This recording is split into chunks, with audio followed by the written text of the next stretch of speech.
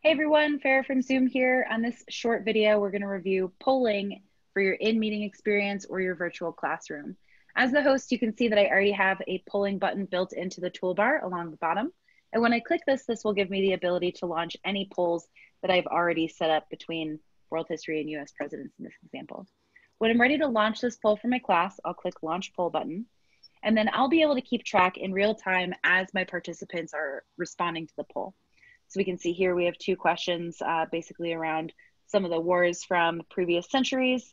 And we can see as the responses start coming in, I can see 2 out of 7 people have responded. And there's a timer up top too. So I can tell everybody this is a pop quiz. We have 10 more seconds for you to get your answers in.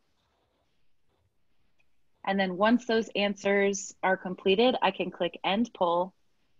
And we'll just go with what we have here. And so I can see that 60% of my class said 1914 for World War I, and that also 60% said Otto von Bismarck. What I can do from here is share the results to the class so they can see what the results are as well. And although this doesn't tell me who answered what, I can pull the report after the meeting has concluded to actually see who in my class responded correctly to the answer. When I click Stop Sharing, I will have the opportunity to relaunch the poll. It's very important to note here that if you relaunch a poll, it starts it from scratch, starts it from 0, and there's no way to pull that report from the first poll that you launched. So please keep that in mind. Now I've pre-created this poll. I've already added it from directly from the website. I'll share the web page here so you can see where you can find polling. From any meeting you've already scheduled, all you need to do is scroll to the bottom of the page to see any polls you've already created.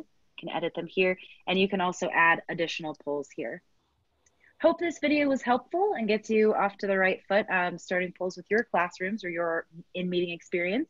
If you have any other questions, please check out our support page at support.zoom.us and have a great day. Thanks, everyone.